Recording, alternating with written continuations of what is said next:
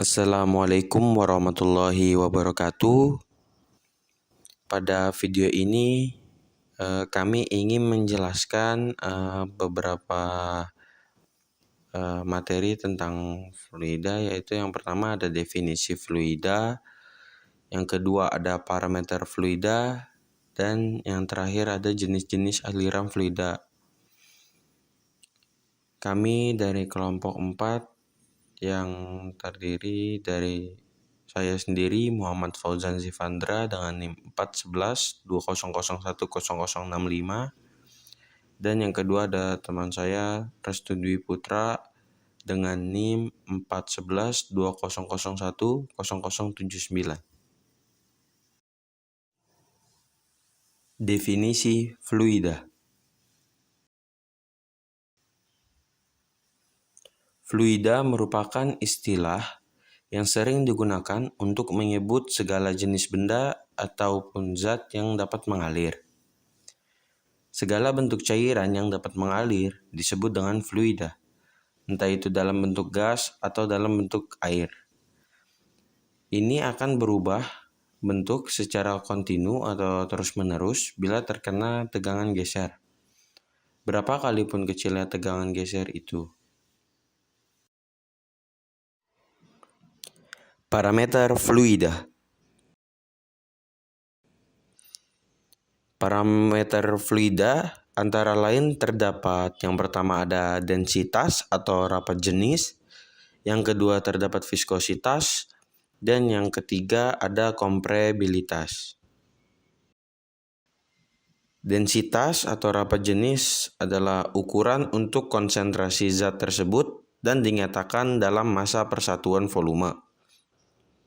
Viskositas merupakan ukuran ketahanan fluida terhadap deformasi atau perubahan bentuk. Viskositas dipengaruhi oleh temperatur, tekanan kohesi, dan laju perpindahan momentum molekulernya. Kompresibilitas adalah perubahan atau pengecilan volume karena adanya perubahan atau penambahan tekanan yang ditunjukkan oleh perbandingan antara perubahan tekanan dan perubahan volume terhadap volume awal.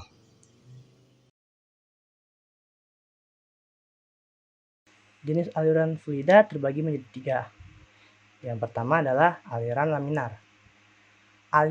Aliran laminar merupakan aliran fluida yang terbentuk sebagai akibat dari tidak adanya gangguan pada pengaliran fluida di tiap lapisan yang saling sejajar. Kondisi ini membuat garis aliran dari masing-masing aliran fluida tidak saling berpotongan. Karakteristik dari aliran laminar adalah tidak membentuk pusaran persilangan maupun percampuran garis aliran. Kondisi yang memungkinkan terbentuknya aliran laminar adalah fluida bergerak dengan kecepatan yang sangat lambat. Pembentukan aliran laminar juga dapat terjadi pada fluida yang memiliki tingkat kekentalan yang tinggi. Difusi momentum pada aliran laminar sangat besar. Sebaliknya, momentum konveksi yang dihasilkan oleh aliran laminar bernilai sangat tinggi.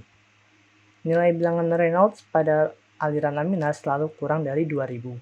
Setelah waktu dan kondisi tertentu, aliran laminar akan berubah menjadi aliran turbulen. Yang kedua adalah aliran transisi. Aliran transisi merupakan aliran fluida dengan bentuk peralihan antara aliran laminar menjadi aliran turbulen. Keberadaan aliran transisi merupakan akibat dari perbedaan sifat antara aliran laminar dan aliran turbulen. Perbedaan sifat ini utamanya dalam hal kehilangan energi akibat gesek. Aliran transisi dapat terbentuk ketika terjadi peningkatan pada nilai bilangan Reynolds dari aliran laminar. Nilai bilangan Reynolds pada aliran transisi berada di dalam rentang bilangan Reynolds aliran laminar dan aliran turbulen.